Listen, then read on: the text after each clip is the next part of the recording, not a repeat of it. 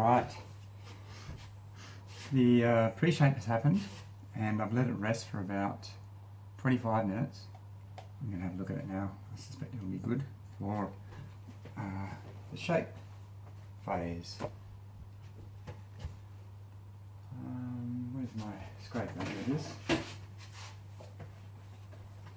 Right, first step, a little bit of flour.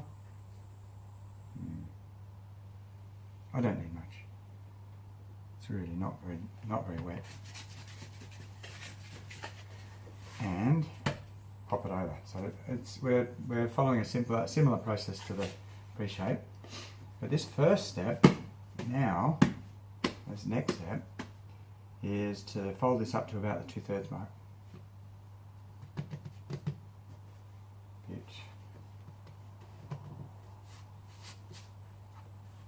And then we come in again from the side. I give it a little bit of a shake, just to stretch it out a little bit, and come most of the way across.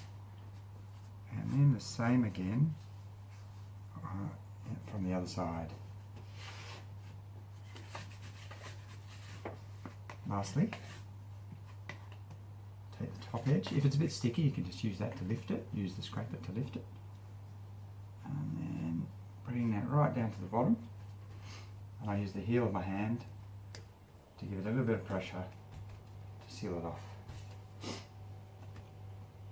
Now I'm going to just roll it over with just a little bit of fold if it feels like the dough can use it.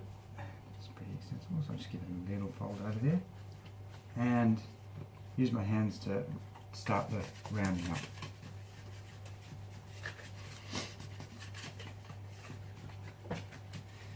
So the main difference from the pre-shape was that there was just a little bit more folding. It had, instead of just one or two initial folds, then we had 1, 2, 3, 4 folds. So we're making a stronger result here, stronger dough, more structure. And we're going to try and hold it all together with a bit of tension on the skin of this thing. So I've rounded that up, and I'm going to follow that 4 tensions, just using the scraper. 1, 2, 3, 4. Round it up a little. In fact, now I'm going to give it a little bit of a tension this direction, because I'm going to leave it in the shape that it's going to be placed in. Very roughly. Right.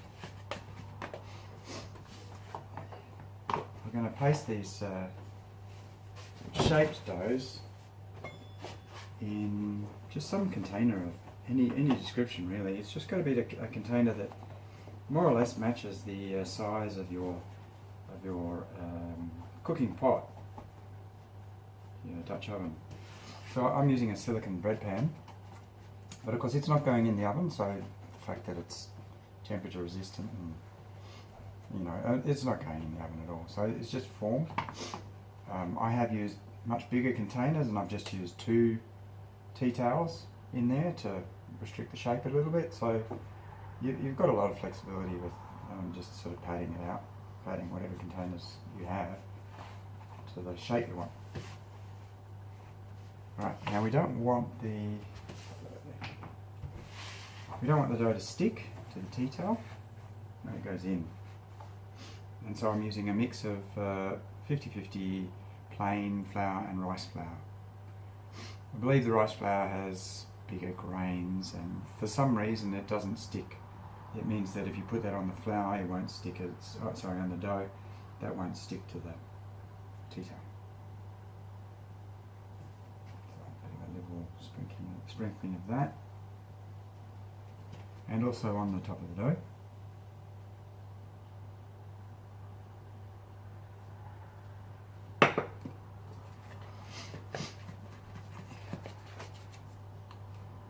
Alright, now I use the scraper to help me pick it up, and I'm putting it in upside down into its little bed for the night. A bit more of this rice and plain flour mix on the top, so the tea towel doesn't stick to it when I fold it over. I'm going to close it up. Okay. Now this will go into the fridge. I normally choose the bottom shelf of the fridge, which in my fridge is about 4 degrees. The upper shelves can be a couple of degrees warmer. And that's going to go in overnight for me to cook in the morning.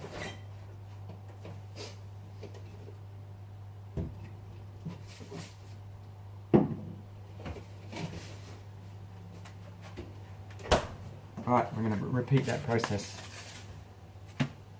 Oh, I might get that bit of, there's just the odd little bit of that sprinkling flour there. We don't really value its non-stick properties when we're in the process of folding it and getting it to, when we're forming this dough, forming the, yep, oh, there we go, let's see there, okay. So first step, roughly to 2/3, and then a little bit of a shake and a stretch, folding it across, again. So I'm being reasonably gentle with it. I'm trying to conserve the air that's in this dough. I like having that. It adds flavour, it adds a bit of space. Okay. And I don't mind losing the odd bubble here when I'm pushing this down, that's fine. Alright, this final little tensioner. Right. This is more or less the technique from the Tartine book in terms of those folds. That's where I got it from, by Chad Robertson. Good book.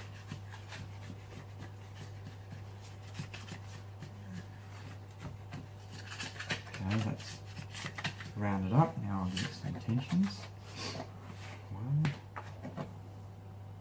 2, 3, 4. And now I'll give it one little final squeeze to the side here so that I can get it ready for its final shape. That's 4. I'm going to use this tea towel that I had sitting over the doughs. Some of this.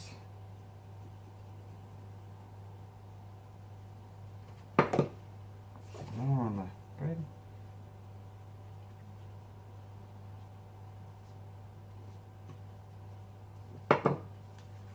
And then upside down. A bit more here.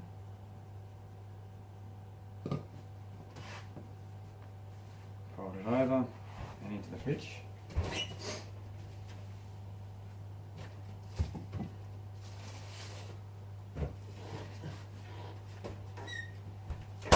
Now, a valuable trick. So that's yeah. So they're going to be in the fridge. Let's see, it's about 2:30 right now. So it's going to be in the fridge for about 18 hours. I'll start my oven early using the timer so that I can whack that in to cook when I get up. Now, a quick little trick for cleaning the bench is to put a little bit of water in your hand, spread it over all the bits of flour and dough and stuff. Just wet it a little bit, and then use this long flat edge of the scraper to scrape the bench clean. It's really effective, very fast.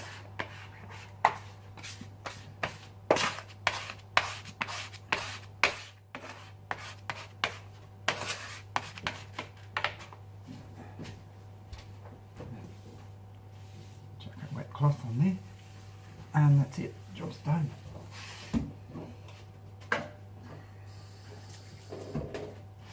Alright, enjoy your own goes at it. See you later.